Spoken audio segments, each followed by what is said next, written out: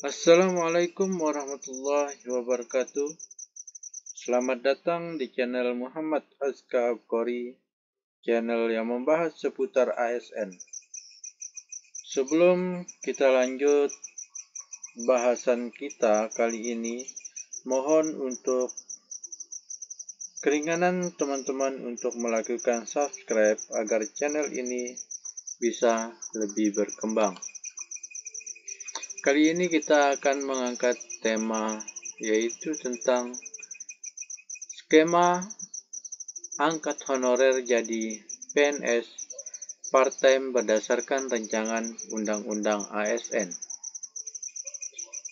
Baru-baru ini, anggota Dewan dalam Komisi 2 DPR tengah memfinalisasi pengaturan unsur baru untuk para aparatur sipil negara atau yang disingkat dengan ASN, yakni PPPK paruh waktu atau yang disebut dengan PPPK part-time. Dalam rancangan undang-undang yang mana merevisi Undang-Undang Nomor 5 Tahun 2014 mengenai ASN. Salah satunya yaitu mengenai skema rekrutmennya. Gus Pardi Gaus selaku anggota Komisi 2 DPR menjelaskan, jika dalam konsep yang dibahas pada rancangan undang-undang tersebut, P3K part-time yang menjadi unsur baru untuk ASN selain PNS serta P3K tersebut akan turut menjadi wadah khusus untuk para tenaga honorer agar tidak terkena PHK ketika dihapusnya status tenaga non-ASN maupun juga honorer mulai tanggal 28 November 2023 mendatang.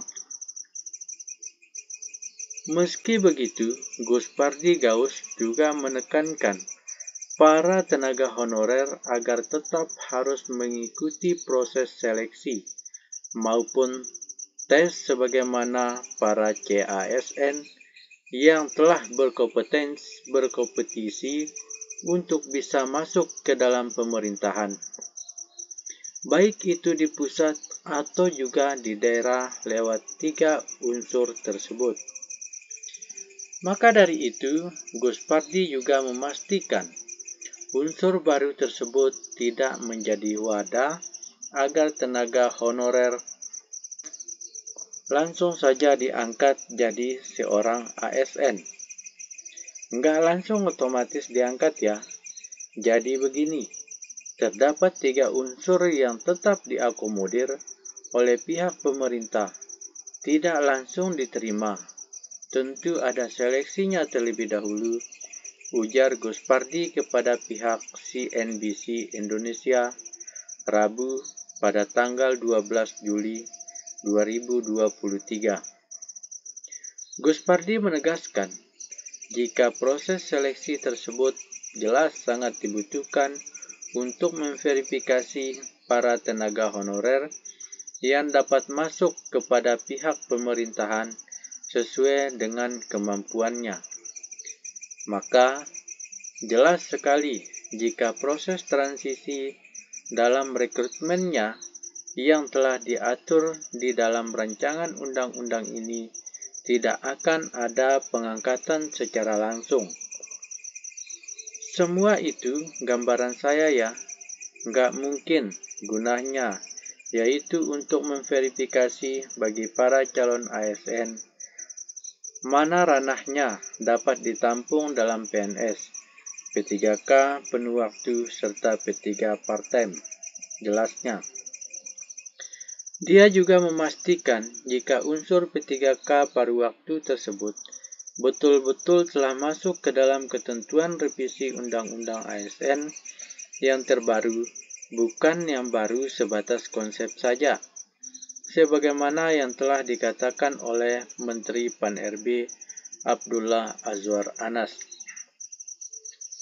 Dia menilai jika ini semua karena penting untuk memasukkan unsur-unsur pegawai pemerintah yang menjadi kriteria sebagai ASN di dalam revisi undang-undang.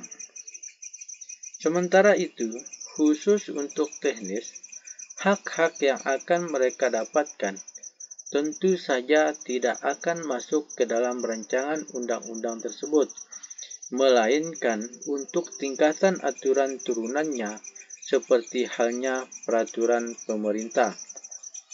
Sudah masuk rancangan undang-undang kan? Jadi, kami telah membahas DIM. Yang bahas DIM kan enggak menterinya, cuma eselon 1 saja.